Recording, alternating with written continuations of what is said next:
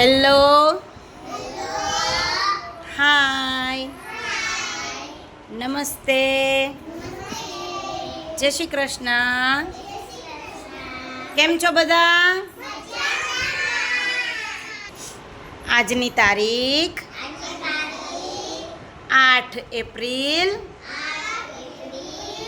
2025. આજનો વાર મંગળવાર. ગામનું નામ તાલુકો જિલ્લો દ્વારકાધીશની રાજ્ય દેશ ભારત માતાની. આપણા દેશના વડાપ્રધાનનું નામ, આપણા દેશના રાષ્ટ્રપતિનું નામ. સરસ.